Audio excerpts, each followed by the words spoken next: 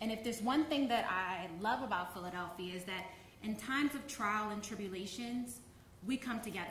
We come together as a collective and we think about solutions on how to deal with the problem. But if there's one thing I hate about Philadelphia is that only in times of trial and tribulations do we seem to come together. And I think that's something to keep in mind, is that in order for us to really think about how we can end the cycle or break the cycle of youth violence, we need to think about how to be proactive instead of reactive in many of these situations. And so today I would like to talk to you about what will it take in regards to breaking the cycle of youth violence. And there's twofold in that title. One is, what can we do?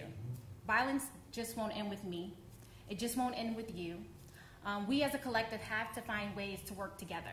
We have to find ways to let our egos get pushed to the side. We have to not be afraid to not receiving credit even when credit is due. Because if we don't push our egos to the side and we don't find ways that we as a collective can work together, that option may very well cost another young person their life. And the second fold is breaking the cycle of youth violence.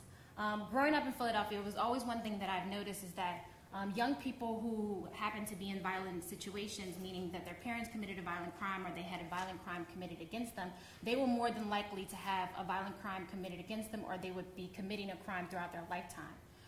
And we also have the situation where young people are just in the wrong place at the wrong time, or even at the right place, but just at the wrong time. Those things are really important whenever we think about the loss of a young person's life, because we don't just lose one person, we lose an opportunity to have someone have an impact on our society.